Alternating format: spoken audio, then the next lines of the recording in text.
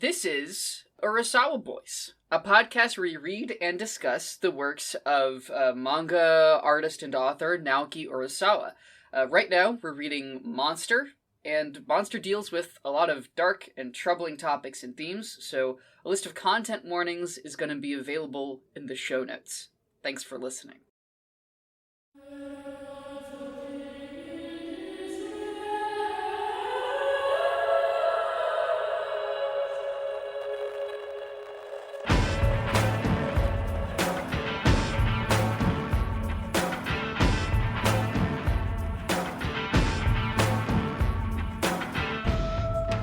Welcome back to Urasawa Boys, the Monster Cast. Today we're reading Tankobon 3, chapters 17 through 24 of Naoki Urasawa's masterpiece, Monster. Do we want to do an overall, how do we feel about this reading, and then we'll dive into the generalities? Yeah, also, that sounds good. So, dear listeners, for the last 2 episodes, you have dealt with our ceaseless flipping of the pages, and for everyone's sanity, I have devised a solution. Matt, we will now only flip pages when we are not talking, so we can just edit those out. Sounds good. Well, Quinn, I hate to tell you, I wrote my notes on paper this week. You dumb motherfucker. Like an idiot. You are so stupid. You are so... Oh my god. Well, listeners, never mind. It's all out the window. It's going to be worse than ever. Everything sucks. Jesus Christ, God. that's so funny. I will flip my notes while I'm not talking. God. I didn't tell Quinn this ahead of time. Oh my god. This is so good to me. This is content, people. Yeah. The algorithm's gonna love this. Okay. All right. Overall thoughts on this reading. I think it slaps. Yeah, I think it's really good. So I read it again tonight before we recorded because I read it a few weeks ago after the second recording. Yeah, so I read through it again. The first time that I read it, I think I was in hater mode a little bit. I don't remember why. But there's one or two pieces in this reading that I have slight issues with, but I think this is really good. Absolutely. Yeah, I think, don't get me there's some definite we got a couple bottles of Haterade ready to guzzle. But I think as a whole piece, there's definitely enough great in this reading that you just don't even think about the bad stuff once it's done. You're just that kind of sucked. Oh, but this thing, and then you're just great, you know? Yeah, no, for sure. I think this one, more than the previous 2 readings, this is really leaning into kind of a really fun episodic structure where it's just okay, we get to see Tenma on adventures doing, I think last time I talked about the TV show The Fugitive, it feels like that. It feels like The Incredible Hulk. It's we're watching just a really good procedural. Yeah. What a good pull. The Incredible Hulk. That's just not for as much of a comics guy as I am, the Hulk is never something that I've thought about very often, but that's a really good pull, Matt. And it's tricky. Thank you. But the thing with the Hulk that's really tricky is I think I'm in the same boat. There haven't been a lot of Hulk comics that I've read that I've really liked. I know recently in the past few years there was the Immortal Hulk. But that's its own fucking thing. Very not this gig in the least.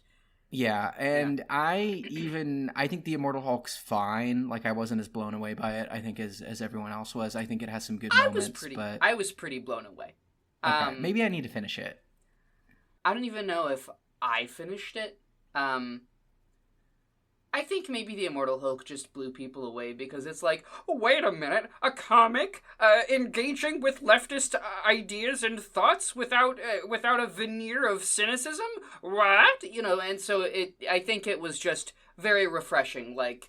Is it somehow the best version ever of engaging with that shit? No, obviously not. But at least it did. And I think that, especially at the time, people were just happy to have it. Still happy to have it. So that's my take on that. Yeah, no. I mean, and I read, I think, the first trade and liked it. But I do remember reading interviews. I think, did Al Ewing write that one? Yeah. Okay, so I remember reading interviews from him around the time that one started where he said very consciously, this is the thing that everyone says when they do Hulk stuff. Everyone says, oh, we're pulling from the 60s TV show, the 70s TV show, right? Because, like, that is what most people know. It's, you know, Lou Ferrigno, I can't remember who plays Bruce Banner, but it's like that is the vision of Hulk that people like, right? Like this guy on the run, helping people as he goes town to town, you know, turning into a big scary green monster.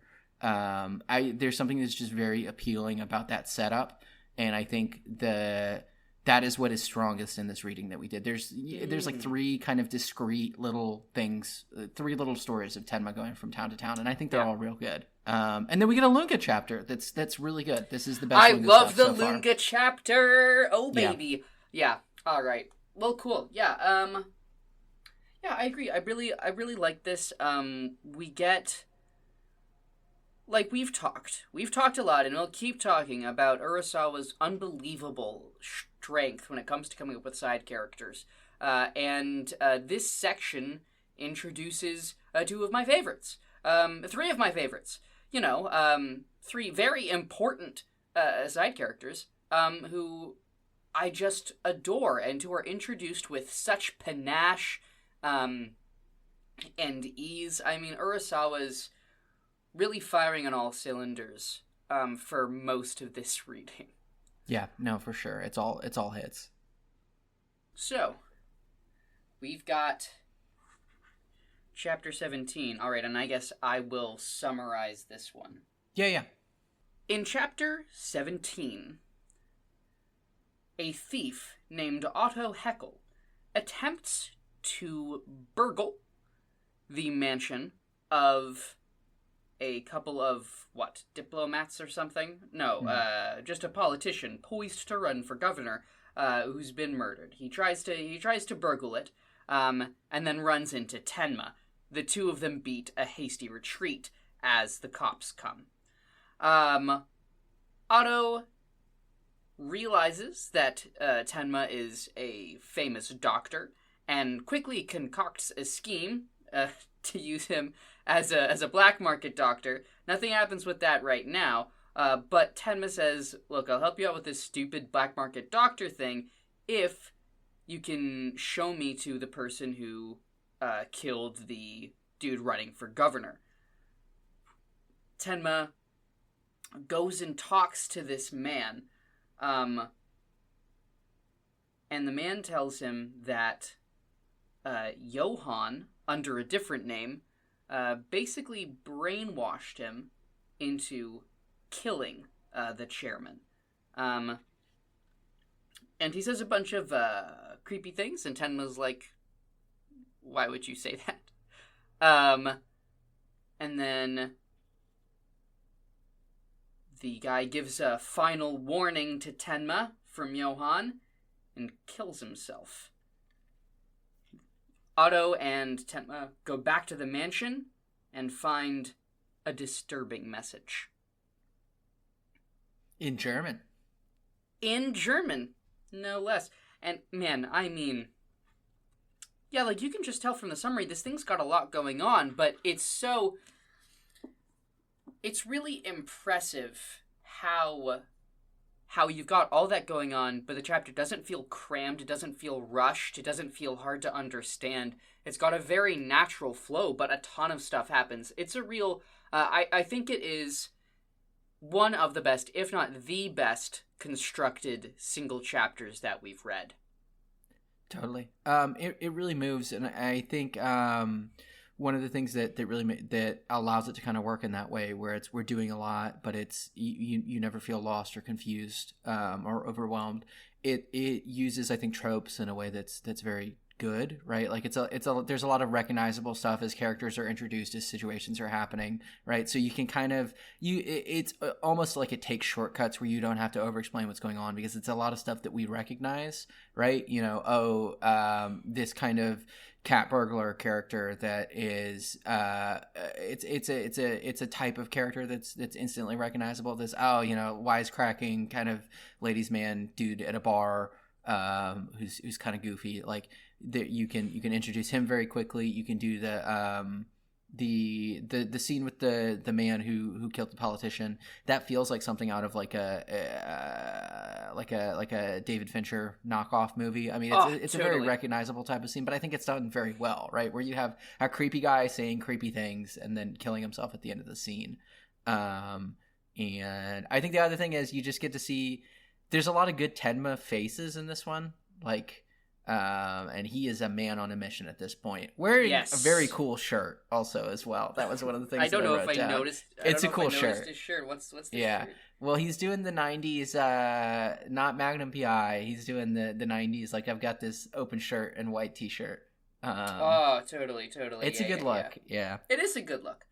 Yeah, and you're totally right about Tenma being a man on a mission. Really, the Tenma that we see in this reading,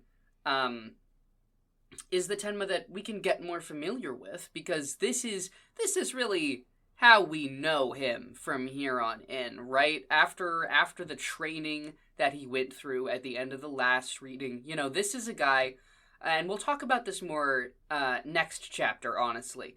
But what you need to know right now is that Tenma has settled consciously on an ideological position and has justified his praxis in how he wants to take that ideological position out into the world. And that newfound confidence and surety, and indeed the goal, the overarching mission, creates a really interesting change from the soft boy, you know, that we met in chapter 1. Very recognizably the same character, and with a very recognizable and readable arc to get from there to here. But, you know, he's changed so much. Yeah. A filmmaker that I thought about a lot during this reading was Michael Mann, who, listeners, if you're listening to this, go subscribe to Waypoint Plus and listen to, I think it's Manhunting is the name of the series that they're doing, where Rob Zacny and Alex Navarro and Dia Lassina are watching all of the films of Michael Mann, who is a director. You know about Michael Mann, right, Quinn? I've heard the name. I'm not a film He's the inventor of Dudes Rock Cinema. This is why I need you on this podcast, Matt. Okay, I'm very glad that I get to flex. But Michael Mann, his whole career is basically making movies that it's just like, oh wow, Dudes rock. It's just a bunch of people being very good at their jobs, being very competent, being, you know, just like single-mindedly dedicated to a mission, and just like burning their whole lives down, like in some cases. I totally see what you're saying. Yeah, his most famous movie is Heat, which is Al Pacino, Robert De Niro. De Niro's a cop. No, De Niro's the thief. Pacino's a cop, and they are just they're going up against each other. It's, you know, it's a Javert and now I can't remember 90621, whatever the prisoners, Hugh Jackman and Javert. Yeah, I forget his name too. Just go with Lupin. Just go with Lupin and Zenigata. There we go. Better anyway. Come at me. Yeah, I do. Look, that'll get all of our musical theater fans real mad. Look, Les Mis is good. It makes me cry every time I see it, but I never want to watch Les Mis again. Anyway, but yeah, so we Tenma's a man on a mission. It's fun to see that. But let's talk about the real star of this chapter, our man Otto Heckel. Otto Heckel. I wanted to mention, chapter 17 has what I think I am now going to term an Urasawa open. I think it happens often enough that when we do a cold open on a character we know nothing about, and we don't know who they are or how they're connected to the story, that's an Urasawa open. Yeah. And we got 2 of them in this reading. 2! And this is an Urasawa open, and it is a great one. Otto reprimanding our absent-minded bartender for missing the cherry in the Manhattan. Can't forget the cherry. Yeah, it ain't a Manhattan without a cherry, by God! And he's right, it's not. I wrote down in my notes, ask Quinn about Manhattans. Yes, so, I am, for those of you who don't know, which I guess is everybody, I am a cocktail bartender by trade, so I have something to say about this. Manhattan is a classic drink, one of the old ones, probably from the late 1800s, I'm figuring. So Manhattan is going to be rye whiskey, which is whiskey made with more rye than corn or other grains. It lends some spiciness and some real attitude to it. It's rye whiskey and some bitters and sweet vermouth. Usually it's a 2-to-1 ratio of whiskey to vermouth, although I think that's way too much fucking vermouth. I don't like vermouth very much. And then a cherry. And it's kind of interesting because a Manhattan is one of the only classic drinks that demands rye. Most classic drinks can go with any kind of whiskey. You can make an old-fashioned with either bourbon or rye, usually, but a Manhattan is rye. Which doesn't mean that people haven't changed it, and a lot of Manhattans are made with bourbon these days. But I also do have a story about the cherry thing, which is that I personally, especially for a rye Manhattan, I've always preferred an orange twist. I think it pairs a little bit better with the rye. But I didn't know that Manhattans had to have the cherry for a long time. And so there was one bar I worked at where I kept putting orange twists in my rye Manhattans, and other bartenders would take it out and put a cherry in it. I kept getting pissed off. I'm like, why are you fucking doing this? Like, it's better this way. And I was right. It is better that way. I'm sticking my guns on that one, but I was wrong. I was very wrong. And nobody like told me, Quinn, you're doing this wrong. They just kept fixing it without saying shit to me. It was very frustrating. That's wild. Yeah, so there you go. That's my anecdote as regards this. And I love Otto Heckel. I love his design. I think Otto Heckel has one of the best designs in the book. He's got this fucking ponytail. He's got a receding hairline. He's got this little rat face with these arching eyebrows and the protruding teeth. He's got such a little slimy grin. He's got a little paunch. He's got a little belly on him. He's a little gremlin. He's wearing cool shirts and tight pants. He's got cool shoes, probably. Like, he's such a the hair greased back, and the ponytail is so good. The ponytail is so good. You see this dude, and you're just like, I hate this dude. He's such a slime ball. I hate him, but I love him. Yeah, and just I always need a cherry in my mouth while I work. Like, gross, get out of here. Yeah, he's even got that thief trope of having a lucky something, and his lucky something is the cherry of a Manhattan. He's so much fun.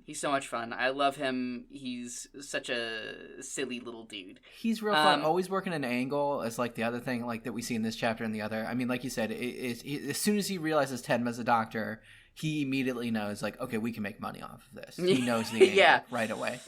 Yeah. It's fun when he's, like, exploring the mansion.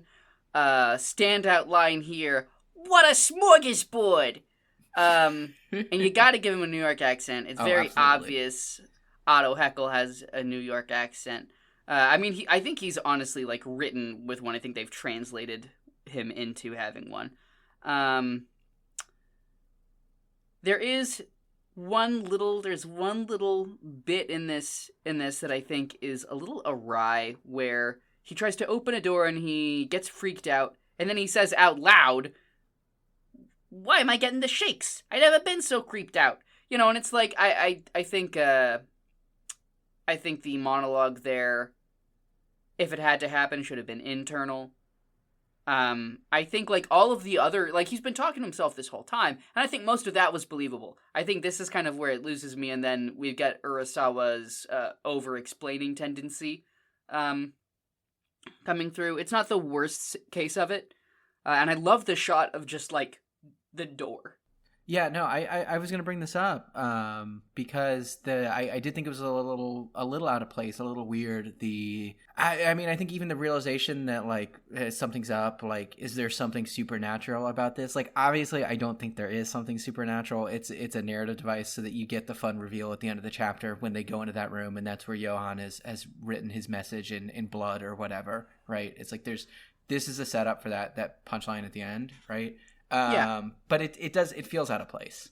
I don't agree. I think that the manga spends a lot of time building Johan up as being something not quite human in some sense.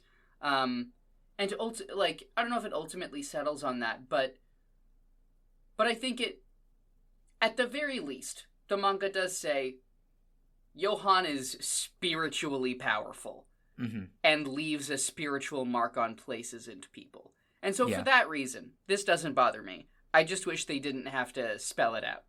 I think we could have communicated all of the feelings he's having significantly better without the dialogue. And I have to wonder if maybe this is like a note, like an editorial thing where they're like, no, listen, you gotta put some words in there. And Urasawa's like, no, but also we need him to say that it's evil. Yeah. Yeah, but we also know that Urasawa does this sometimes, so could go either way. Anyway, also on this page, there's another one of Urasawa's let me hide something behind the page turn. We see Otto, shocked, and then we turn the page. And Tenma's behind him pointing a gun at him. Yeah, Tenma's got really fucking good. Trust nobody. I mean, it's a real good move. He's spooked out, and is it something behind this door? Oh no, it's someone's pointing a gun at me. That's exactly. Why I'm spooked out. Yeah. Yeah, it's good. And I think he says, "Oh, it was behind me," or something shit, like that. You were behind me, fool. Yeah. And it's so funny. All because some dopey bartender forgot my cherry. Plus, it fell apart in my mouth. I never should have come here. He's so fucking funny. And then I love this little scene where Otto's like, "Come on, dude. You're not even a cop. What's the deal?" And then this is such a cool fucking moment. He's like, it's surprisingly easy to miss. And then Tenma's like, "Not for me." And it's like, and now it's like, oh shit, this is really our first look at this Tenma. Version of Tenma. Who is this weirdo? He's worse than a cop. I'm sorry I keep reading out his lines, but he's so fucking funny. They require you to read them out, I think is the thing. Truly, yeah. And then they tear ass out of there, and Otto's like, "Stop following me!" And Tenma does not stop following him. Oh my god, it's so good. I wanted to jump to the conversation with the man with the glasses who committed the murder. Happens until then. Yeah, because I took a couple notes. Basically the scene, like Quinn said at the beginning, he says a bunch of weird things. Explains that he met Johan manipulated him into murdering these people, and this almost feels like the first time that we get a little bit of insight into maybe why Johan is doing these murders. I don't know. It's the thing that comes up is Johan, he lived with his family. This was another one of his foster families, which, as we know, those are the kind of people that he has been targeting.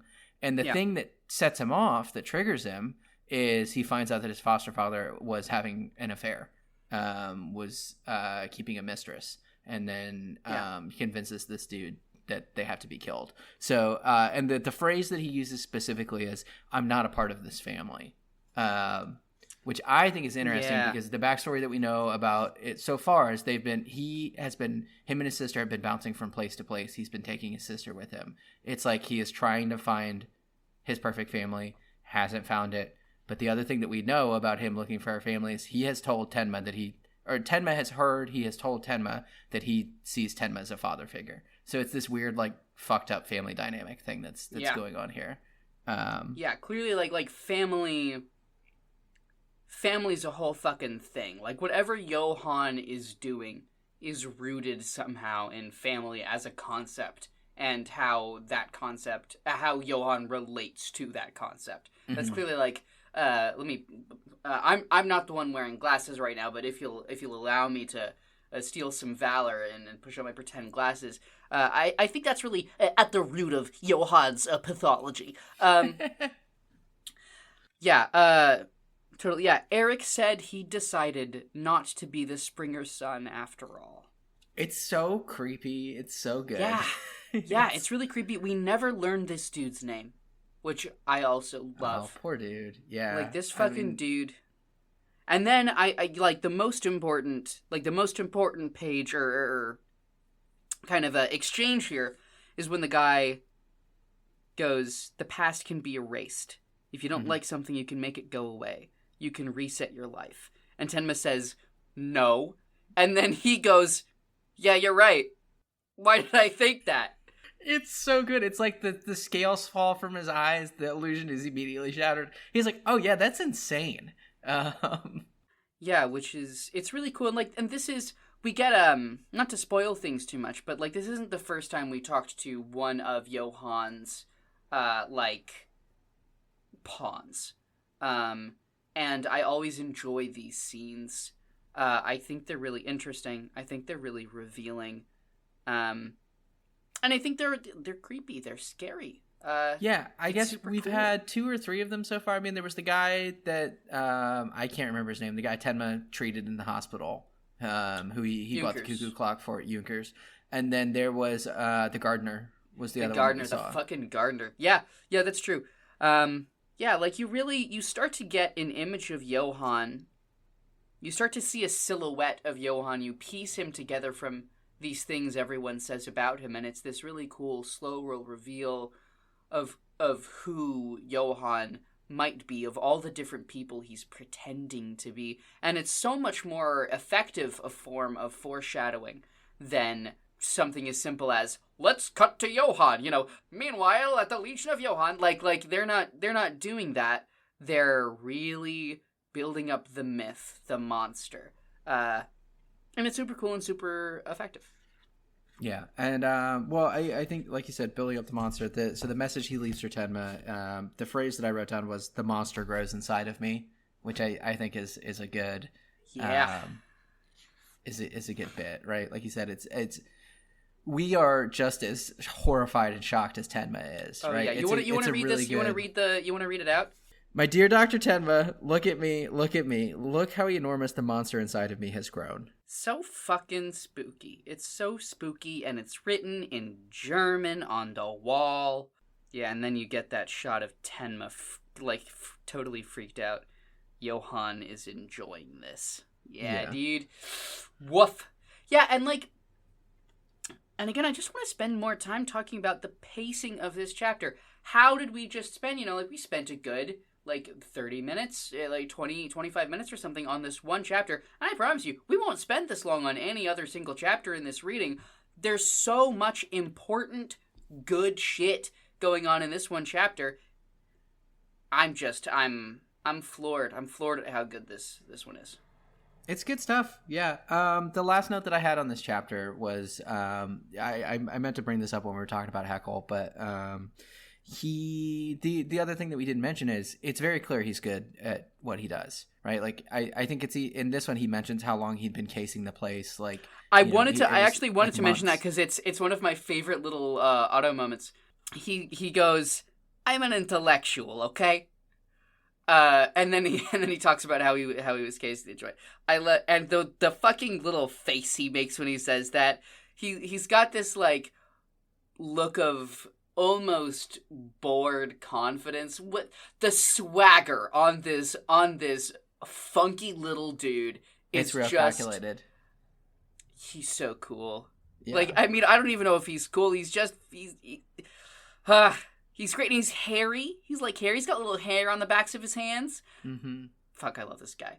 He's good. I wrote down, he's good at what he does. Is he a joke or is he a threat to be taken seriously? And the jokiness is to kind of throw us off of how serious he is. I mean, he's not a threat to Tenma, but I think he could very easily become someone who's dangerous. Yeah. Maybe he's a threat to somebody. He's a threat to valuables and common decency. Yeah, he is a threat to decency. Absolutely.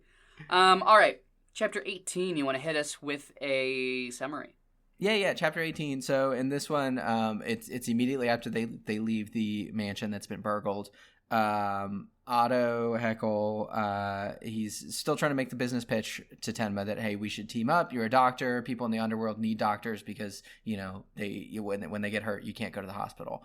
And Tenma's like, no, I'm not going to do that. And Heckle's like, oops, too bad. I already signed you up to do this. A black sedan pulls up, a dude with a gun gets out, makes Tenma get in. They go to a house in the country where it's 2 men, Mr. Lawyer and Mr. Secretary. one of them has been shot, I think with a shotgun. He's bleeding out. He's going to die. And they want Tenma to operate on him. Tenma refuses at first, says, no, I'm not going to do this. Realizes that these men are connected with a terrorist attack that happened earlier in the day where some innocent people were killed. And basically he just stonewalls and says, this man needs to go to a hospital. I'm not going to treat him. There's some back and forth. There's some discussion. At the same time, like a scarier mob boss guy shows up looking for Heckle and says, hey, I need all that money that you owe me now. Heckle realizes he can sell out these two dudes who Tenma's operating on for the reward money. So then there's like a ticking clock of the cops are coming. What's Tenma going to do? He finally agrees to treat the guy, does some basic first aid. They have a conversation where they talk about, the like value of human life and basic decency. The guy, the standout line at the end of this, I think, is Mr. Lawyer, the guy who's been shot. He asks Tenma, why did you choose to save me? Like, what changed your mind? And Tenma says, well, I realized you were human after all. Like when he was talking about the regret that he felt for killing this, some innocent bystanders during this attack. He realized he was human. This guy wasn't as monstrous as he seemed at first.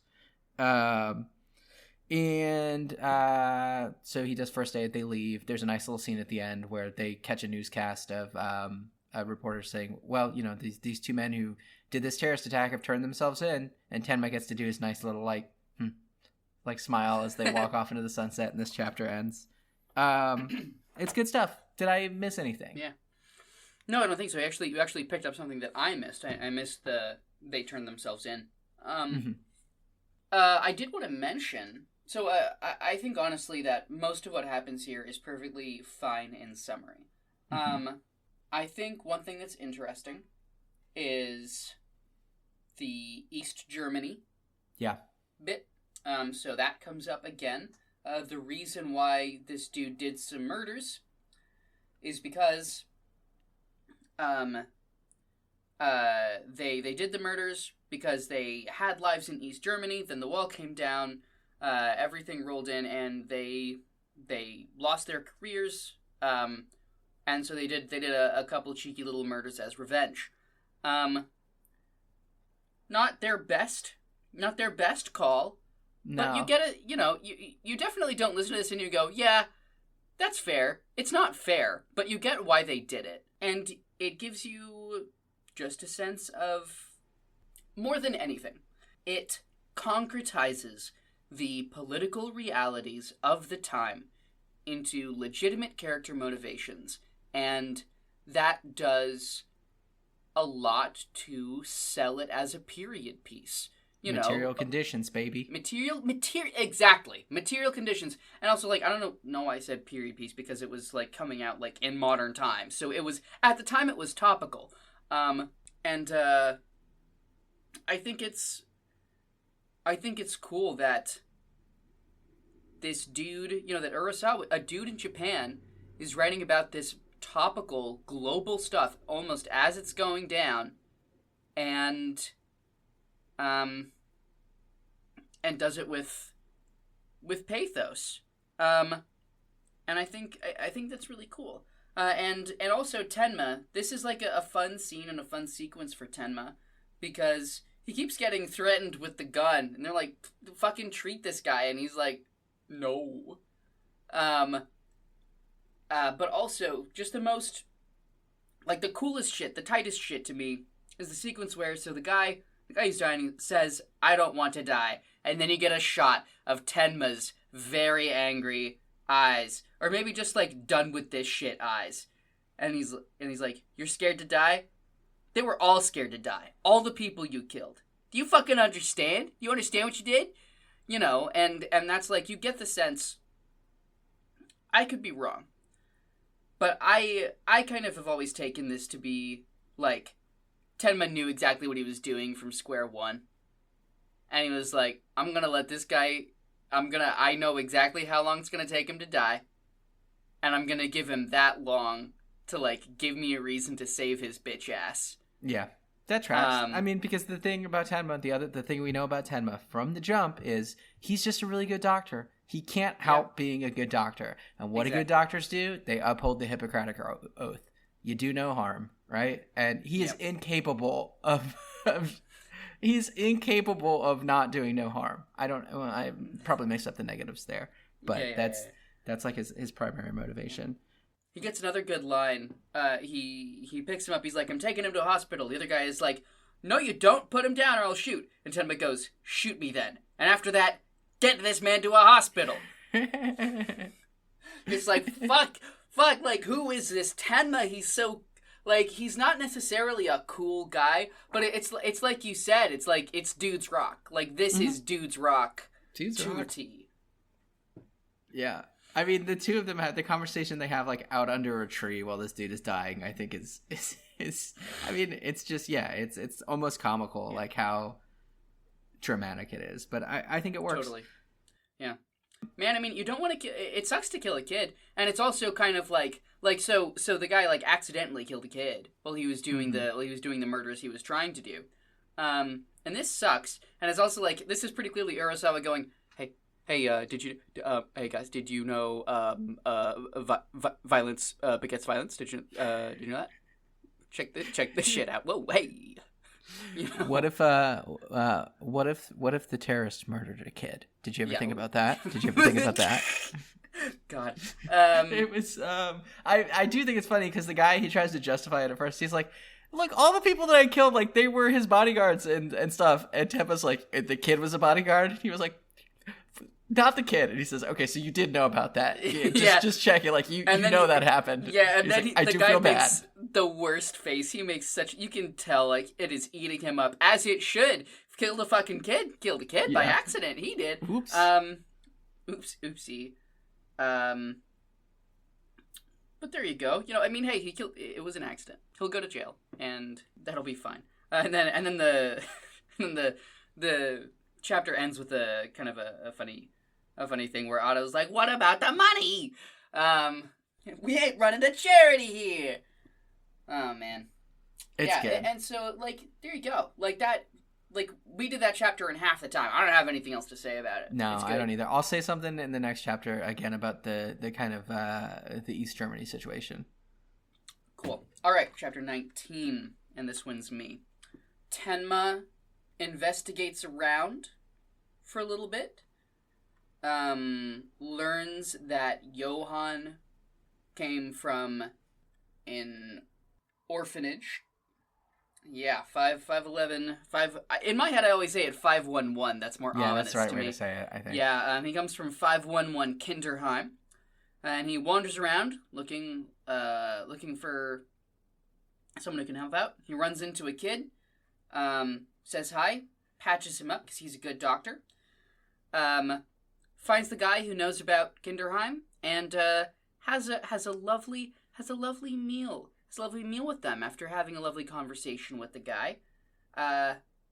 Then he leaves, and he comes back, and the guy was abusing the kid real bad. Whoops. Child abuse. Now we're really getting into the meat and potatoes of Monster, and that is copious amounts of child abuse. Jeez. I wrote down the first time I read this chapter, I wrote, child abuse is cheap heat, get better material. So I'm glad to hear that's, oh man. It's really, I mean, like, at the very least, most of it's in the past, it's in flashbacks. I think this is the only stuff that happens in real time. Yeah. But it's fucking rough. It is really hard to... It's hard to read.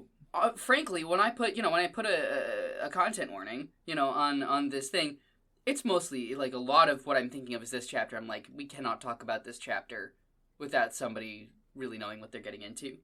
So this is another investigative chapter. And this chapter and the next one is investigation chapters. So not a whole awful lot for us to talk about besides a few story details. Matt, you got anything? Yeah, so I wrote down 2 notes that kind of carry over from the last chapter. The one that I've written down and circled and underlined is the people who are the scariest so far in this story are the ones who have kind, soft, beautiful faces.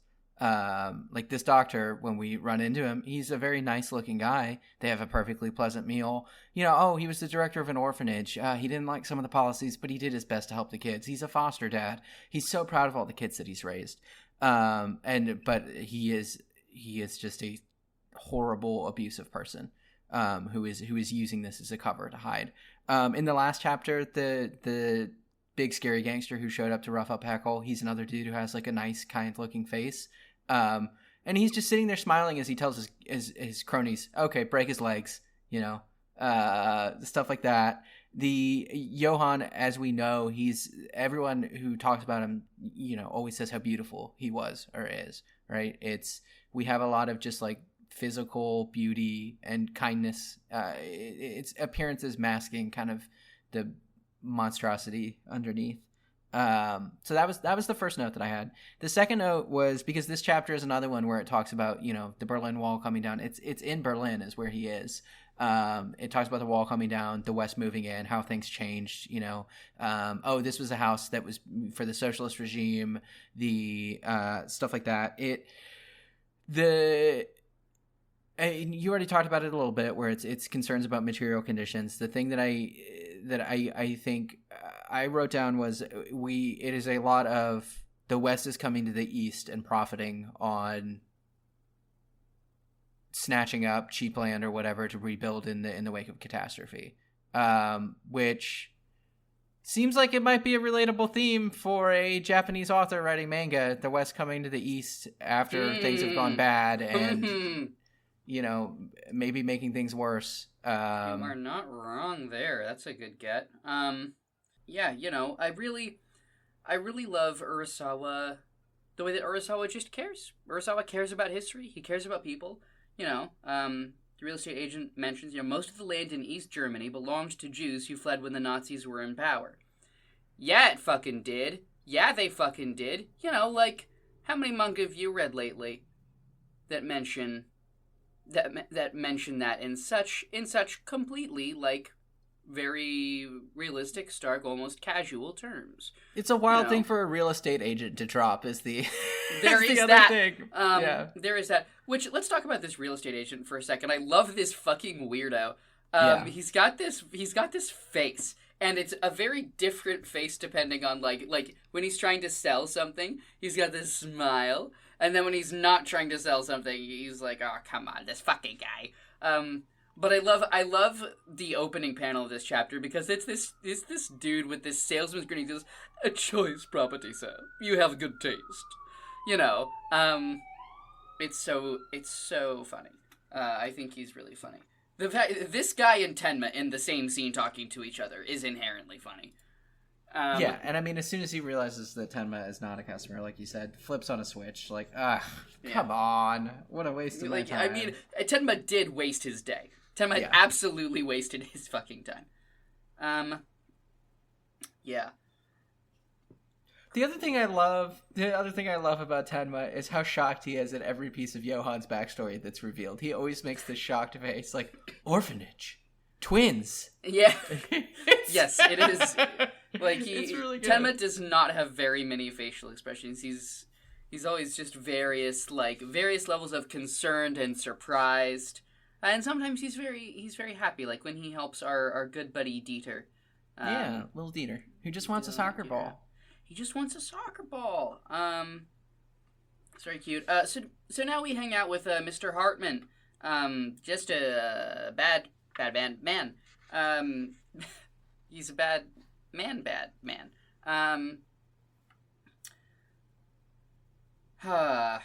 And this is one of the really slow parts of this reading. It's just a lot of exposition. Most of next chapter is exposition too. And it's good exposition. It's interesting exposition. I'm not going to sit here and tell you it's not interesting. No, it's gripping to read is the thing. And I mean, the line I think that gave it away for me the first time I read it, when I was like, oh, this is a bad dude, is when... I was going to ask, What did it?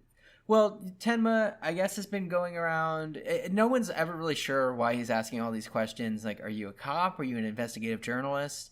And that's kind of what Hartman brings up. He's like, oh, so are you writing a story about, this orphanage? And he says, I mean, in a way. And the guy immediately is like, okay, here's what you have to make sure everyone knows. Oh. A child's development is completely dependent on the adults raising him. That's one thing that I always like to emphasize, right? Like, that is just a sinister thing to say, right? I don't know. Bad vibes, I think, were and it might just be like in retrospect, like that is painted incredibly bad vibes. No, but, I think, okay. Retrospect will do it. But I think, so there's something that I really want to talk about with Hartman, and it's visual. It's very, very interesting. I'm not sure exactly what it means. I have some thoughts. And I it's hard to believe that it is... It's one of those things where it's hard to believe that it's intentional, but once you notice it, it's hard to believe it's not intentional. Mm-hmm. His mouth is never open. His mouth is closed in almost every single panel, except for when he is reprimanding Dieter, and except for in that panel you mentioned where he says, we have to emphasize a child's development, and then the next panel, we must guide children down the right paths in life. Those are the only times in this chapter where his mouth is open, and that goes into a later chapter as well. His mouth is always closed. He has a number of different expressions, but his mouth is always closed. His eyes don't change a whole awful lot. His face is very frozen. His face is very frozen, and I think it is a very tactical choice to make him seem normal, but also communicate to the audience in a way that they're not even going to notice that something's fucking wrong with this guy. It's a mask. It's Buffalo Bill wearing someone's face that he's cut off. Exactly. Yeah. And like I said, it's really easy to miss unless you're looking at it, unless you're looking at this thing and trying to break it down. I don't see how a person is going to catch this on a first or even second go through. Mm-hmm. You know? No, I totally missed that, but I think that's a really good call, and it is a really interesting way to communicate how spooky and terrible and scary this guy is. The other thing that I like is after he makes that comment, we have to guide children down the right path. Tenma's like, "Hey, Dieter, what path do you want to go down? What do you dream about?" He's like, "Soccer ball." He's like, "Okay, buddy." We have a soccer ball. And then we get the page, so Tenma leaves, and then immediately it's like, oh god, oh fuck. And I just want to point out this one small visual detail where we get this horrible view of Hartman's face as we presume he's about to just wail on this dude. And what I want to bring attention to is the screen tone, which is made up of static. I was going to say, I know this one. It's screen tone. I'm learning things. Yeah. I was hoping you'd talk about it. So it's static. Okay, tell me more. It's just a very unique effect. I don't think I've seen it done anywhere else, but, it's static, which is just like it's this really... It produces a really awful feeling in the stomach, to me. It's this fragmented, unpredictable, it's not... I don't know, it's nails on a chalkboard, right? It's a visual texture that we're really not expecting to see. And it's in the background. It's easy. Again, it's easy to miss. This is something that's very much meant to complement the face in front of it. And you can also see that the so in the static there is it's got kind of a gradient. It's got a band of lighter static, and that band of lighter static follows a line of light across his eyes. It creates this. Not exactly a motion line, but something like a motion line. It creates a shape. And it's just a really, really good, scary panel. Yeah. No, it's great. So I think probably not too much more to talk about here. The last note that I have is Tenma's favorite thing to do is walk past a store window at night and see a thoughtful gift for someone. Yes! He's always doing this. It's really nice. He loves it. They establish this character trait, and even Tenma's got this very, he's got this fucking mission. He's trying to kill a guy. He's gonna buy this kid a soccer ball, goddammit. I'm gonna buy you the most thoughtful gift you've ever received in your life before something terrible. Before I find you in the worst scenario imaginable. Yeah, he's kicking it. He's bouncing it on his head. And And we do, like, he pulls up the shirt and we just see the shot of this poor child covered in wounds. It sucks. The static comes back there, the screen tone behind him. Oh, wow, hey, good call. I missed it that time. I just saw that. Yeah, that's real good. It's, I mean, it's, you can hear it, which is a weird thing to say about a visual medium, but you can hear it happening. It's like the totally. Evil, the whatever, just the horrible buzzing, grating violins, whatever that it makes. It's a good effect. Totally. Yeah. All right. So let's see. Is it me on chapter 20? I think I'm no, chapter 20. It's you. Yeah, so chapter 20, Tenma and Hartman have a confrontation. He says, I am taking this boy to the hospital.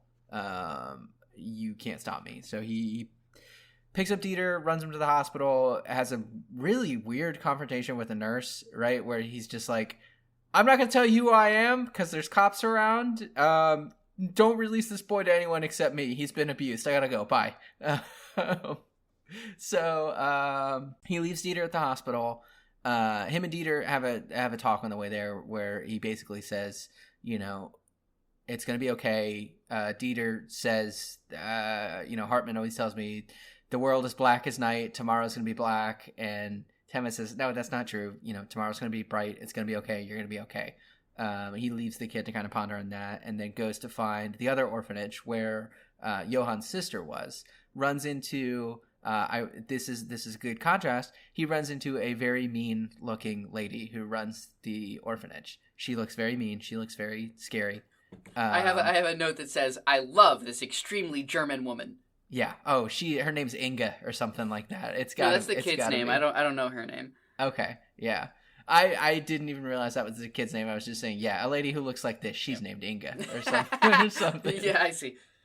But she gives Tenma some more details about the Kinderheim 511 that basically, and she says, yeah, that place was, you know, like, don't lump us in with that place. That place was terrible. It was a joint thing that was run by the Minister of the Interior and the Health Department, but really what that meant was it was just a cover for the Minister of the Interior. She calls it a laboratory. She says that's where they sent kids of political prisoners and stuff like that, and just, you know, well, she says they were trying to make the ultimate soldier.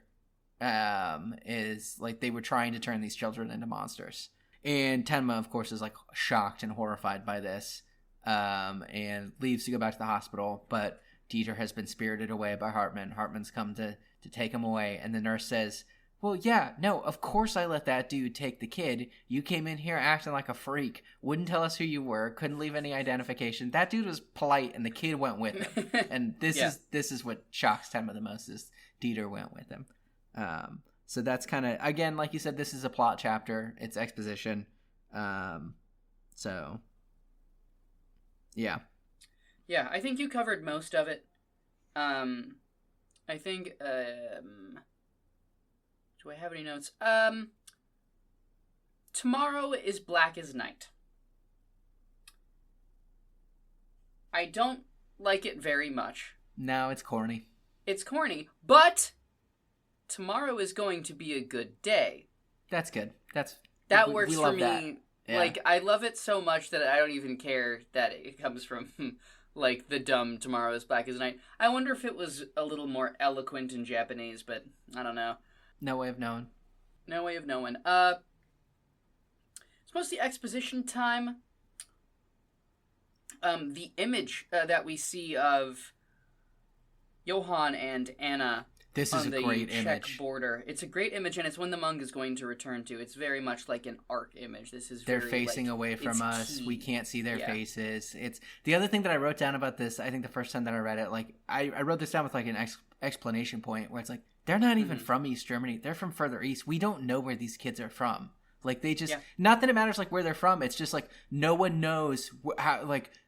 Where did they come from? Like they just showed up and who are they? They've just every person who we think maybe was their parents wasn't, right? It's like no, it's even further back. It's spooky. They just fucking showed up. Mm-hmm. Yeah, totally. So that's really important. Another thing,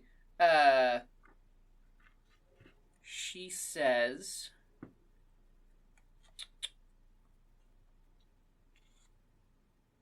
I don't remember where she says it, but the lady at the orphanage says, human beings can't grow and develop without love. Mm-hmm. And that's just a thesis for the manga right there. That's very much at the total center of this manga. That's like the thing, I would say. What grows without love? Monsters. Only monsters. I wrote a note. There's a bit where they talk about, power vacuums and successions and stuff. And because that's kind of what happens at the orphanage. She says, or at Kinderheim, she says there was a mutiny. The director died, and then everyone at the orphanage died in like the infighting that happened afterwards. And that made me think of kind of the way historically, like stuff like the fall of the Soviet Union. Well, not even fall of the Soviet Union, but like the death of Stalin. Like after that, like the power vacuums that happened then, right? Like all the infighting, lots of normal people suffering, or like ordinary people who have nothing to do with it getting caught up in the crossfire. It feels like a smaller version of maybe trying to do that. I don't know. I don't know if I have fully formed thoughts on what's going on there. Let that cook a little bit more and we'll get back to it. Okay. Alright, chapter 21. You actually got a little bit of it. Oh, did I jump into back at the hospital? Yeah. So chapter 21, Tenma finds out that Hartman grabbed Dieter. He rifles through the apartment, finds some photos of Hartman at Kinderheim 511. Then he goes to Kinderheim 511, and Hartman has beaten Dieter up even more. It is sickening to witness, and we learned that Hartman has been trying to recreate Johann since the fall of Kinderheim 511. We learn more about what happened that night. And how Johann got the whole thing going, and we get some more exposition there, and it ends with Hartman being like, "Go away," and Tenma being like, "Hey Dieter, do you want to not get abused?" And Dieter goes, "Yeah," and then Hartman just gets really sad about absolutely shocked by this development. He does not see it coming. He's so confident that this kid's just going to stick around and get beat up. And then the chapter ends with Dieter coming along with Tenma. And it's very cute. It's bittersweet in an interesting way, and I'm excited to kind of talk about that last moment because I think there might be something to dig into there. Do you have any notes on chapter 21? Yeah, I mean, it might be, like I said, I kind of mentioned it in the last chapter. What ended up happening at the orphanage was there was a mutiny. The orphanage was being used. Basically, they had all these kids as political prisoners. They were pitting them against each other. They were keeping them in horrible conditions, trying to create the ultimate soldier. And they kind of encouraged the infighting. And of course, eventually that all boiled over. Johann kind of, we don't get a ton of detail, but it sounds like he kind of manipulated people. He has a kind of like a statement that he gives where he says, any group of people hate each other. All you have to do is, stir the pot, fan the flames, feel the fire. And everyone at the orphanage killed each other. Johann was the only one that made it out. So that's kind of what happened there. And there's this image of Johann sitting in a chair at the top of the stairs, watching his Rome burns, basically, right? A little emperor smiling over it. Yeah. And the thing that Hartman says, because he's brought Dieter up to this chair, he's beaten Dieter really badly, placed him in the chair. When Tenma shows up, what Hartman says is he can't see it. He doesn't see it. He doesn't see what Johann saw. He can't.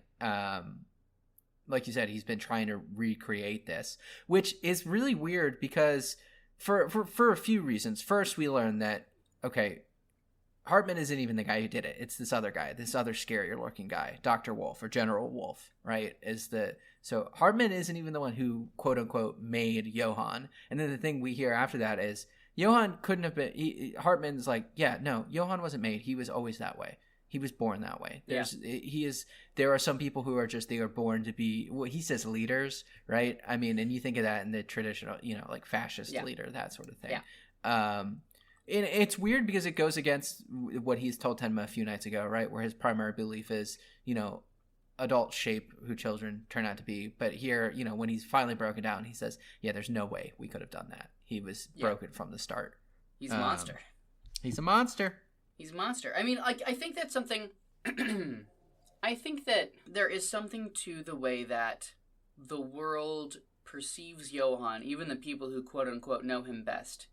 They see him as standing outside of the rules. He is so pathologized. He is so evil and inhuman and capable of things no one else is capable of. He simply isn't the same as the rest of us. And I think one of the things that the manga is interested in doing is going, even the most twisted, warped, horrifying person capable of the grandest evil is ultimately a person shaped by the same forces that shape anyone. It's just that we don't know what those are yet. Because otherwise the manga could look a little... at this point in the game, it does look a little hypocritical, because it's saying all of these things about development, and then we have Johann, who's very clearly outside of this developmental paradigm, based on the evidence that we're being given. But what you have to understand is that every single person talking to us about Johann is an unreliable narrator. Yeah. Absolutely every single one. Because, not, even if they're being honest, as the old Nazi was... Right? He was being as honest as he could, but Johann's an unreliable narrator to everyone else. That's the thing. We're getting shadows, lies, half hints. All we really know is what he does. We know nothing about who he is, as much as everyone claims to know. And it's just this really, again, it's such a cool texture of, it's such a cool unraveling of a mystery because, it's not really unraveling. We're raveling it. The mystery is raveling before our eyes. Getting more mysterious, He's getting more mysterious as they add more layers. I totally agree. And I think maybe an interesting way to think about it is, I think Hartman does believe those things that he said before, but I think maybe the better way to think about it, how to reconcile those two ideas, is Johann's evil is so powerful that it makes you question that, it's like, well, I mean, maybe I'm wrong. Maybe some people are just... evil, you know, maybe monsters are real, because I think the story believes and communicates to us it's people are who they become, who they're shaped by, stuff like that, right? It's materialist. It's relationships and love. Anyway, I lost track of where I was going there, but I think this chapter's pretty good. It is, it's not bad. It's not bad. I do want to put a little bit of note on a couple things. One, the child went with him willingly. Mm-hmm. Urasawa has done research into abuse. Urasawa has done research into psychology to write this manga, or maybe he just knew about it. But, that to me is a detail that shows that Urasawa really knows the subject matter. Because I think a lesser writer would not have done that. They wouldn't have really thought about what abuse does to a kid. Mm-hmm. It's heartbreaking, and it feels completely, like you said, it's like, oh yeah, of course, that makes sense. Yeah. That's what would happen. It's such a realistic detail. Because there's that thing that happens in manga, honestly, a pretty frequent amount, where a kid is with a bad parent, and the kid is like, no, I won't.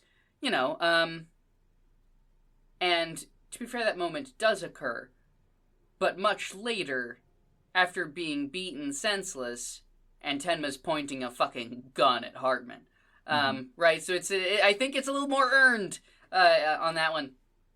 Also, Tenma got him a soccer ball, so. The other thing, I wanted to ask if there's any religious significance to Johann's stated goal of being the last one standing at the end of the world. I think there could be. A lot of times that is the imagery that gets used for the like the devil, Lucifer, at the end of, after in religions that believe, okay, there's going to be a second coming of Christ, everyone goes to heaven, whatever. The imagery that I know gets thrown around a lot is, oh, and the devil's just going to be stuck here on Earth, walking around by himself, with no one left to tempt. I knew it. Yeah, you called it. You had it. That's a good one.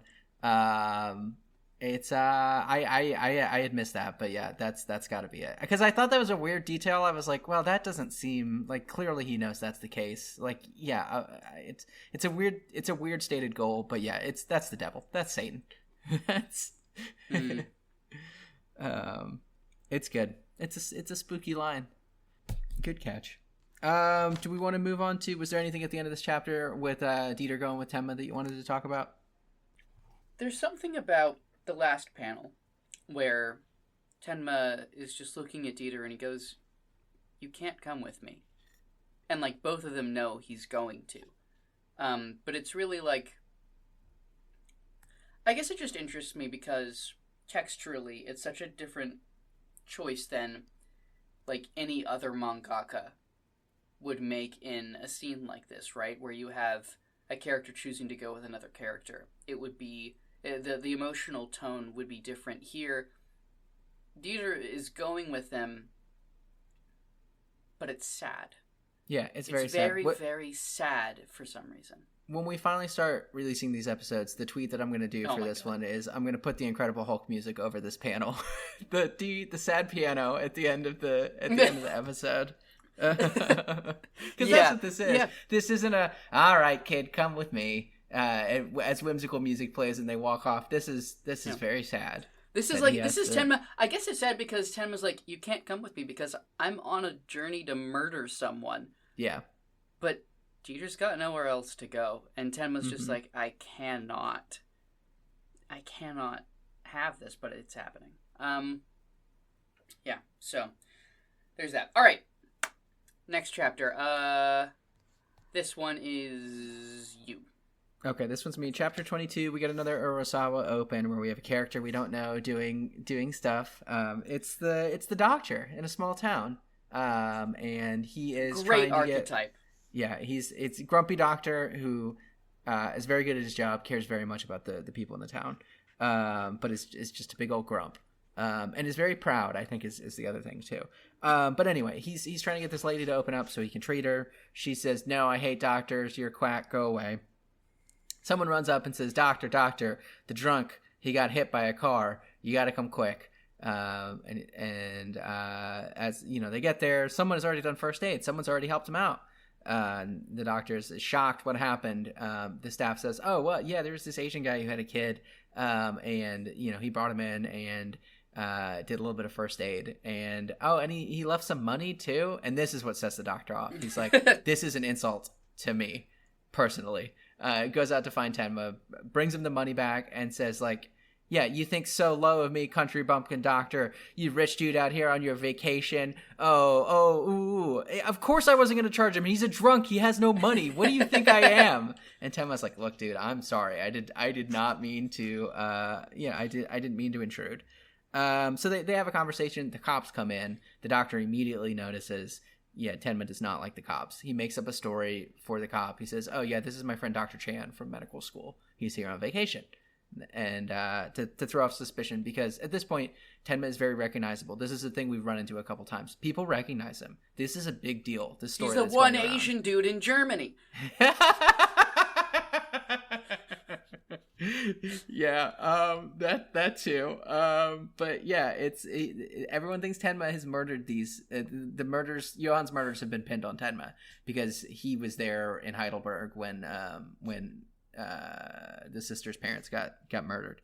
So anyway, they have a conversation. Tenma says, "Look, how can I repay you for helping me out?" And the doctor just basically says, "Come with me on house calls." So then we get some nice scenes of them going around, helping out people, doing things. And it's one of those situations where we pay the country doctor with the stuff from our farm. It's very nice. It's very sweet. It's a good episode of Dr. Tenma doing his deal. And the chapter ends with them going back to the lady's house. From the start of the chapter, Tenma convinces her to let them in, and she collapses. And that's how this chapter ends. Yeah. It's a nice chapter. It's good. I find that Urasawa open chapters usually have good pacing. He just seems to, like, know what to do when he's starting a story. Yeah. He's real good at setting the table, introducing new characters. You know, like you said, it's a good archetype. It's immediately recognizable. And then we just get a fun, all right, what's Tenma going to do in this situation? What's he going to, or the first chapters that we read, it's how's Tenma going to work with these criminals? And now it's how's Tenma going to, work with this doctor? What's Tenma going to get up to this time? It's fun to see a character we recognize in new situations. Yeah. Let's see. Some of the notes here. There's a funny moment where Tenma's like, don't you want to go to school? Don't you want to make friends? And Dieter's like, I have a friend. Tenma's like, who? And Dieter just points at him. He's like, Tenma. And then, like, and that's really good. And then there's this picture of Tenma's face, and he's, like, confused. He's like, what are you talking about? It's so funny. It's a very little kid thing to do. It's a good moment, yeah. Dieter's really believably written as a child. And as a child who's been through rough shit. Other stuff I like from this chapter. We find out that the Dr. Schumann is, has a crush, has a little bit of love going on with the cranky old lady. And Petra. And how often do you see a love story between two old people? Urasawa's so good. What a kind heart this man has. He thinks about people. It's really awesome. And I have one more note, which is that at the end, the doctor's like, Tenma's like, hey, this is bad.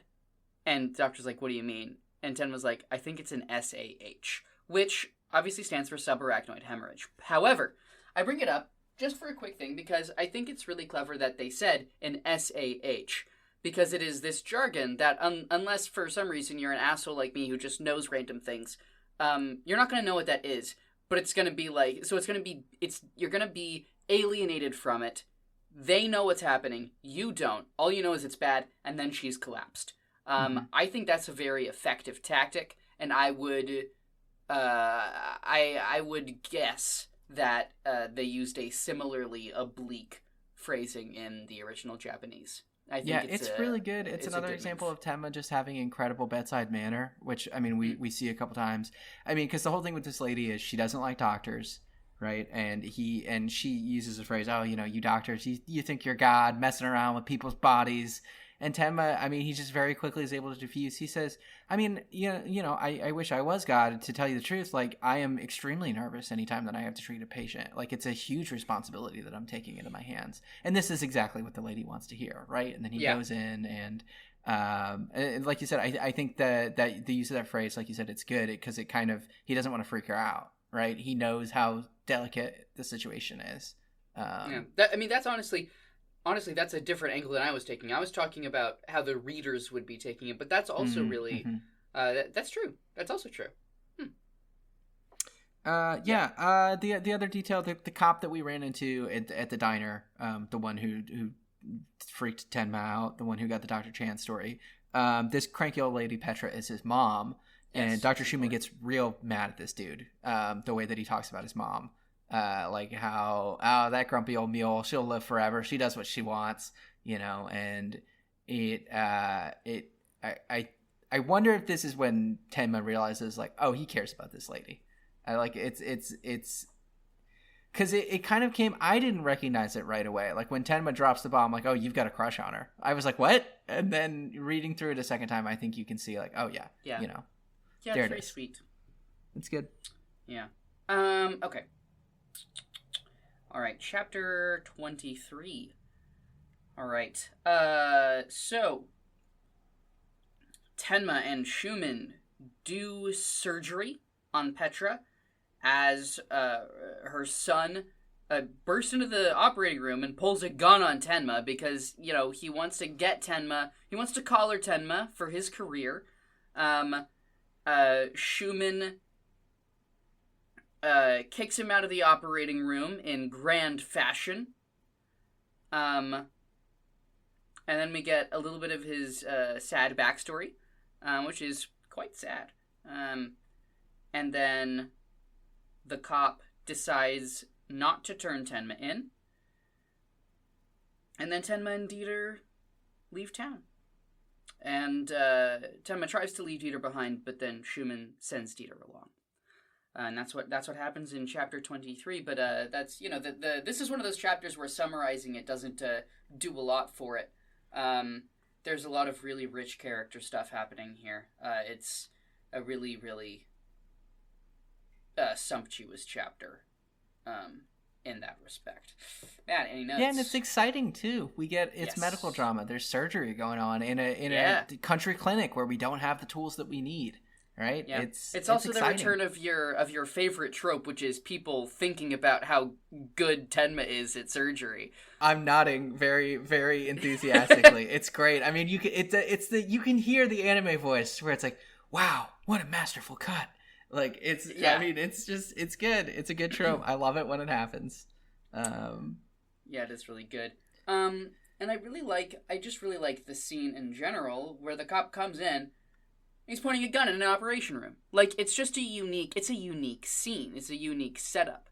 Like, I can't think of another time where I've seen this happen in fiction. Like, I'm sure it must have happened somewhere, but, like, the combination of characters and motivations and situations that have to coincide to make this scene possible are just very unique, and I think speak to Urasawa's originality as a storyteller, that he can put this together. Yeah, I think the other thing that's really good about this is it marries like literal action to the emotional conflict that carries over from the last one, right? Where it's like this dude, the doctor does not like the way that the son treats his mom. They are finally having the confrontation, the argument about it, right? And there's a line where he says, your mom makes enough goulash every time she makes it. She makes enough for you, and you never come over. You've been in town for 5 years, and you're never over there. And so they're having this argument, this very relatable thing, while this very unrelatable action is going on at the same time. Surgery, guns being pointed in the room. You're contaminating the surgery with the gun. Do you want your mom to get meningitis and die? Is that why you're here? He throws him out of I think he throws him out of the operating room into the wall. Like it's good.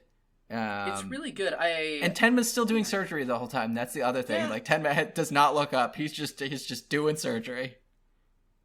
It's super cool. It's super intense. It's a really heightened set of moments here. And I'm really glad that you brought up that speech that Schumann gives, because I also have a note about it because it's incredible. It's really good, and I love everything about it.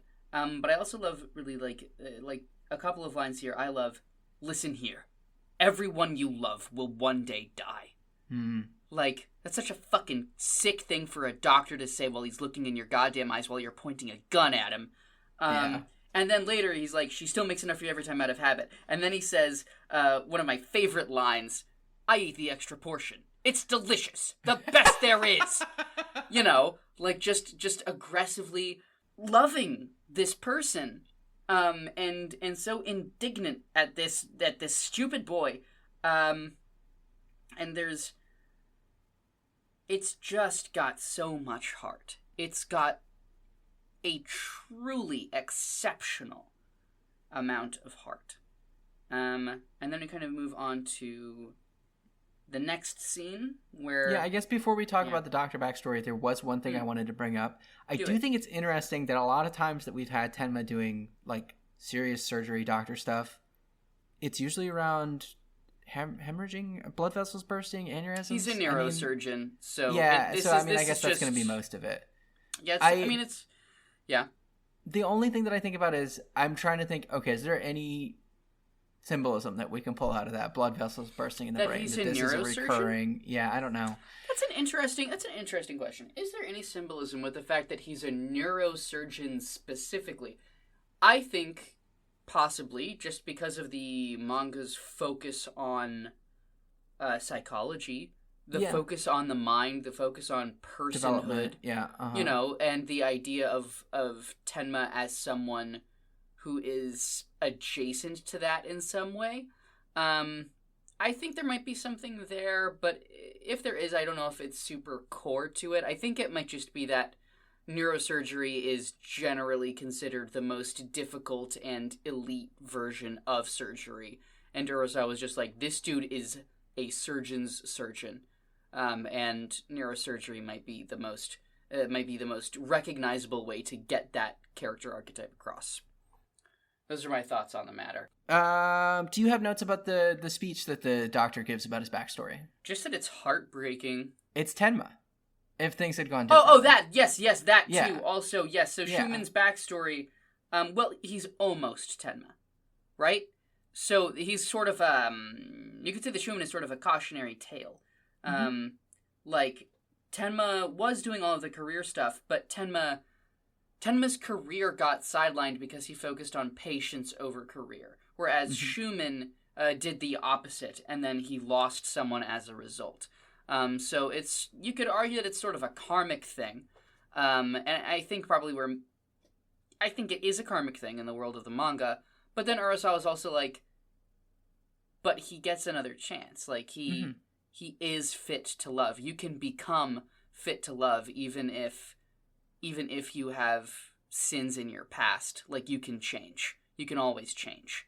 Kind of feels like what we're looking at in this backstory here. I was just kind of struck at, I mean, because he says the thing, I wrote the director's research papers, I married the director's daughter. Exactly, right? Yeah, it's clear. It's very obviously, like... And what did the director's daughter die of? Do you remember? Oh my god. It's cirrhosis. Oh who my else do we god. know who has a drinking problem? Oh, Matt! Wow. Yeah, Ava. Ava's the one with the drinking problem. That's really killer, actually. I had the first two pieces, but that third one's the real keystone. Yeah. And anyway, her last words, finally, you noticed me.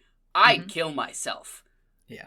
I'd grab a scalpel on the spot. Like, good lord.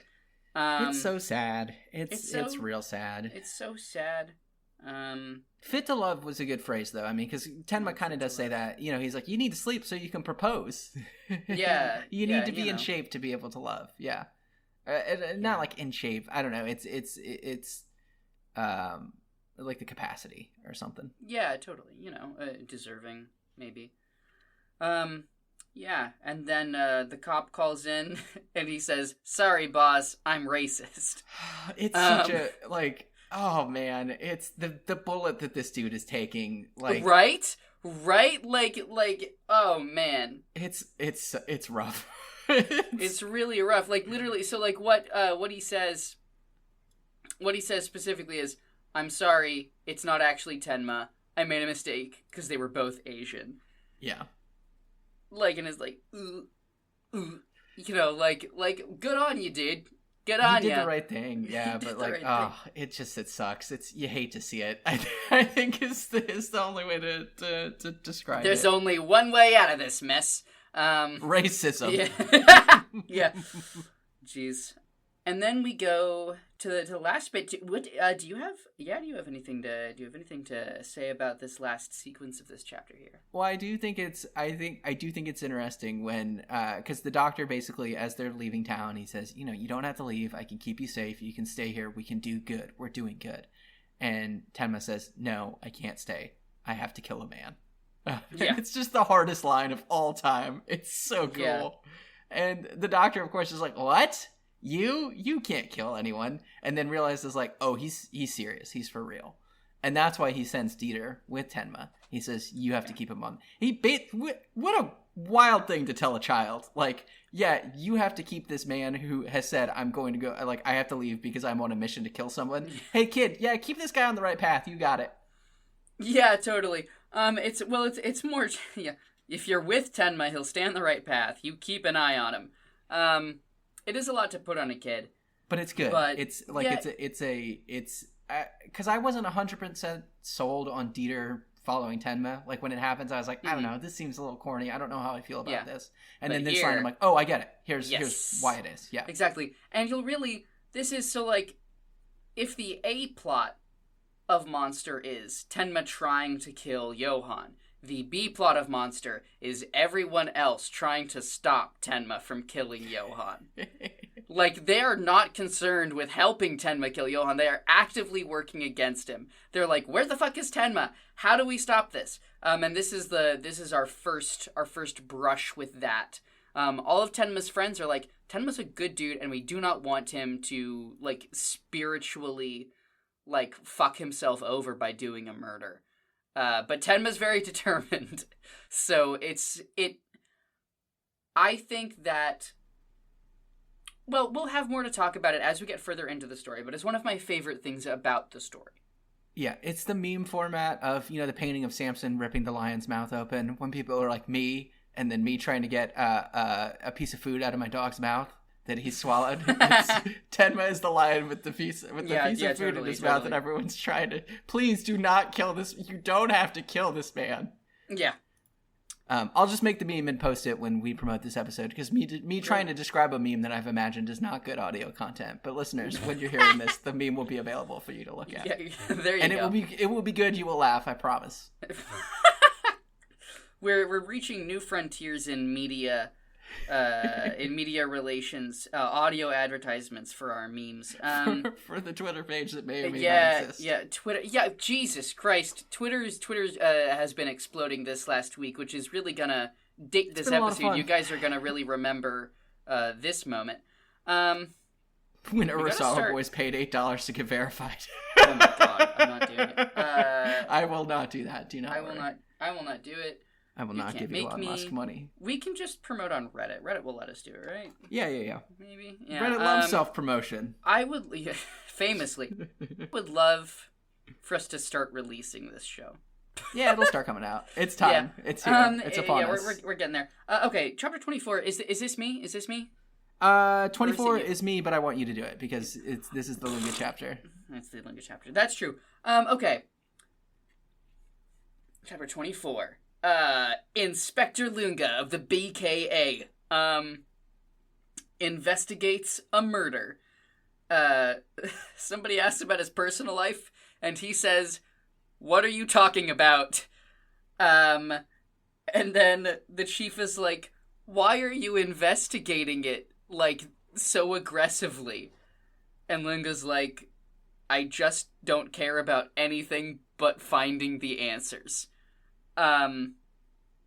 Ava shows up and she's like, "When are you gonna arrest Tenma?" And he's like, Tenma? Tenma made up Johan. He's a split personality. It's the only explanation. Case closed. Goodbye. And then he goes and threatens the dude he's investigating. Very hard. As it was happening, I was like, yeah, this is a bad move. Like, oh yeah, he's really leaning on this dude. And then his wife and daughter leave him. He does not care. The guy he's investigating, secretary, killed himself, and all of his cases are taken away. And then at the end of the chapter, he's like, "All right, time to get Tenma." And that's the chapter. And it is so much fun. I love hanging out with this aggressively autistic man. Yeah. It was the only thing I could think about, like how you said it last time. You're like, he's autistic coded, and then I read this chapter and I'm like, oh yeah, he absolutely is. Yeah, no, totally. Because there's the line where they say like, why are you doing this? Do you care about justice? Do you care about your numbers? And he's like, no, someone was murdered. We have to solve the case. Yeah. It's not like he even cares about getting like you said. He doesn't care about justice. He doesn't care about justice. He just wants to know. He just wants the answer. He just wants to solve the problem. I love his partner, who's just like, man, dude, you're a machine. How do you do this? He's just so impressed. And there's the bit where, his partner's talking to someone else. They're playing a game of chess. And they're talking about Lunga. And the guy he's playing against is kind of like, that guy's a freak. And they're talking about him a little bit. Lunga walks by, moves the chess piece, wins the game. The guy doesn't even realize for like a couple panels. He's like, oh, shoot, that's checkmate. I win. Yeah, and then Lunga's like, stop playing games. Yeah, stop playing, stop wasting your time. Yeah, totally. And so one of the things that I really like about Lunga is the way that he is an interpretation of the detective archetype, right? You were like, he's Sherlock Holmes. Mm-mm. Like, he is, he's not. He's really, like, he's not. Because, like, this is such a... I guess kind of what Lunga is this is Urasawa kind of looking at the detective archetype and going, okay, what if I actually played this out? What would a person who actually only gave a shit about solving cases look like? What would their life look like? What would their priorities be? And he came up with Lunga, this guy who somehow has a wife and child, who don't like him, never see him. There's a really interesting sequence that's honestly easy to miss, where his daughter is throwing up. We find out later that she's pregnant.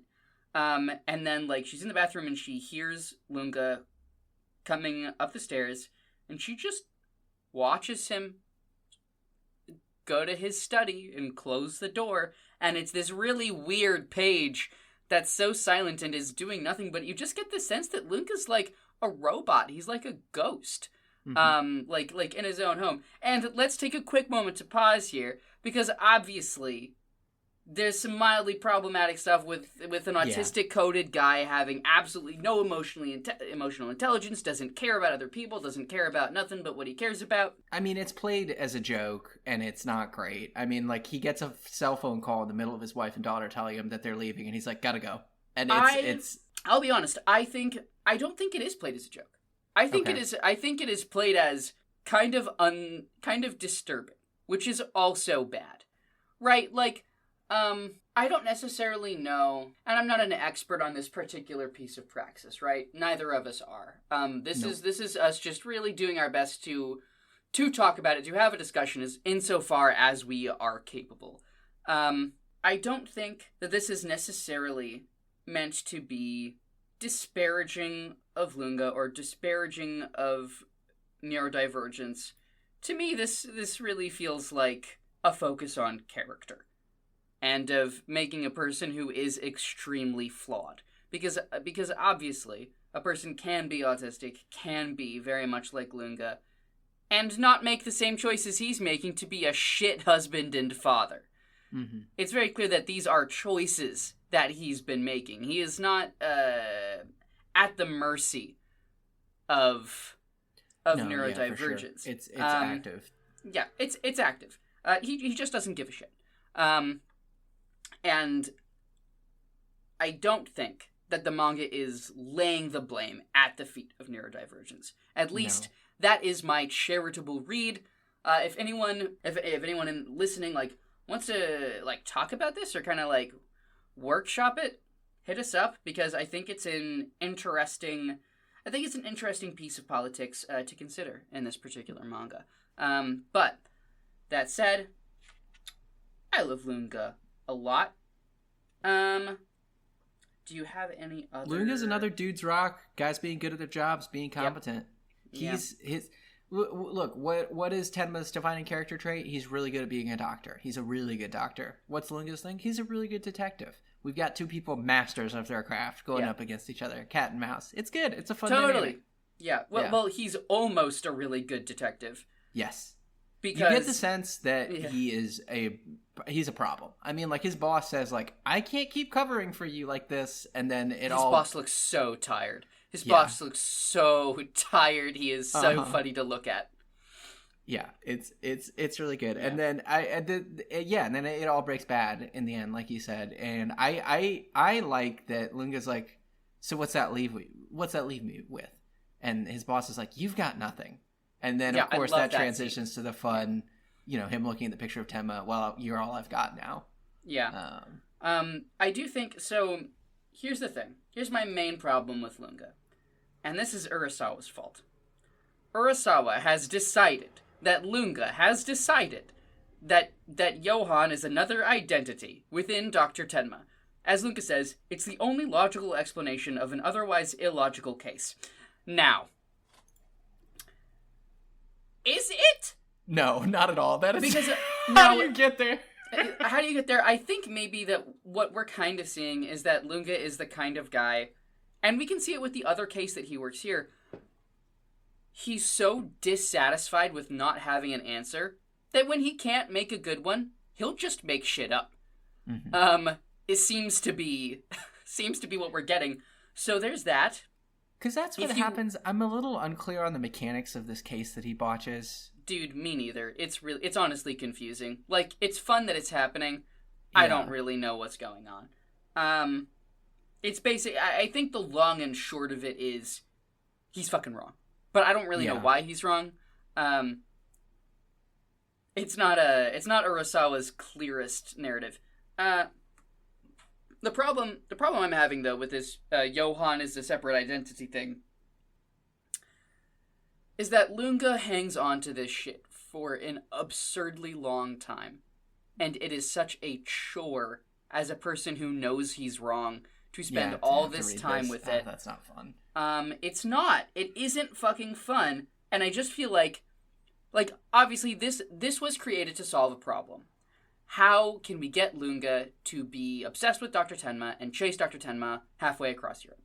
Right? How do we do that? And this was Urasawa's answer, and I think it's a bad answer. I think there was another way to do it. And on the one hand, it is interesting to hang out with a person who is brilliant and wrong. That is interesting. If it lasted for, like, a little while, like a few appearances of Lunge, that would be one thing. But it lasts for most of the manga. Like, it takes much longer than it should. To be resolved, yeah. To be resolved. And so that's where it gets me.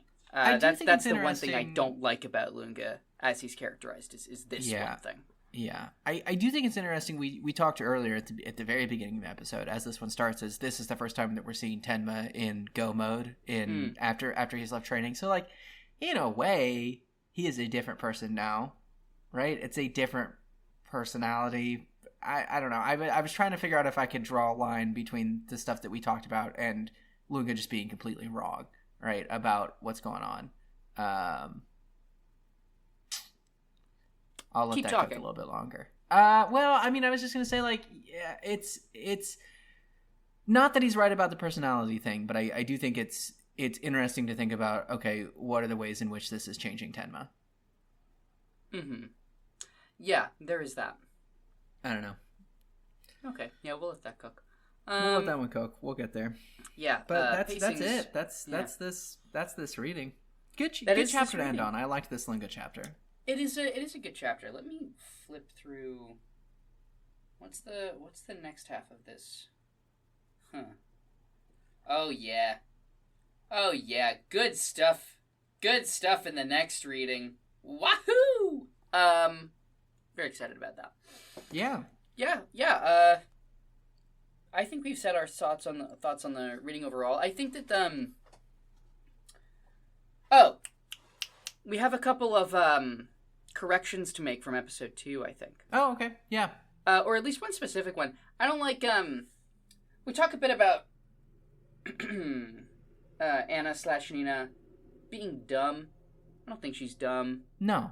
I think she's just naive and traumatized. Yeah. And I felt bad about listening saying back to it on when I was listening back to it, I was like, why it was uncalled for, and so I want to issue an official retraction. She wasn't being dumb. She was characterized very well. Thanks. I think we liked the way she was characterized. I think we just said it was funny that the thing I remember us going in on was the email and doing the ominous zoom on the email and being like, huh. Like, that was the thing that I remember us going in on. Yeah. Was how funny that bit was. It was funny. Because we both like Nina. I mean, we talked about, this is the girl that you immediately fall in love with. I think there was something else too. Hold on. Yes. Okay. Here we go. So, last episode, we talked about how silly we found the chapter titles, Birthday of Terror. Mm-hmm. So, Birthday of Terror does sound silly in English, but I was thinking about it, and I realized that in the original Japanese, the phrasing can mean one of two things. It can mean either a birthday that is full of terror, as it is,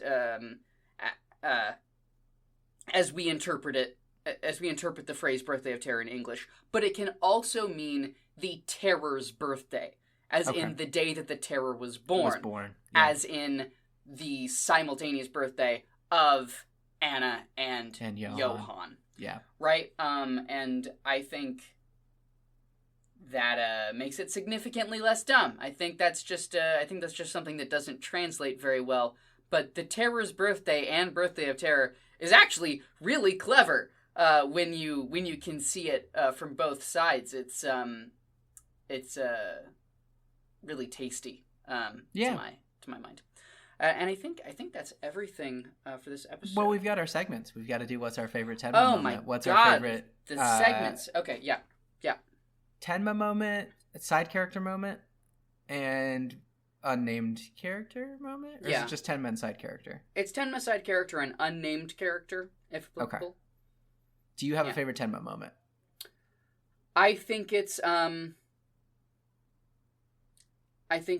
You Scared to Die? Oh, that's good. Yeah. I think it's when he's getting on Mr. Lawyer about doing the murders, and he's like, "Now do you fucking get it?" Yeah. I think that's when we see Tenma. That's when we see, like I said, kind of at the beginning of the episode. That's when we see Tenma really being a person who inhabits his ideology and has praxis in line with that. This is a man who's doing what he believes. So that's my favorite Tenma moment. That's a good one. I think for me, it's the soccer ball sequence, him buying the soccer ball. I knew it. It's specifically, there's a panel where, because he's got it in the mesh bag that you carry soccer balls around in, he swings it up over his head and knocks on the door frame as like, "Hey, I'm here." And I just think that's very, very, very good, very cute. That is cute. That is cute. So that's my favorite Tenma moment. Okay, and then we've got side character. Side characters. There's stiff competition. There's a lot in here, yeah. Stiff competition this episode. I think it's gonna have to be It's Delicious. The best there is. That's a good one. I think there's... Maybe it's just because, like, me as a person, I put so much...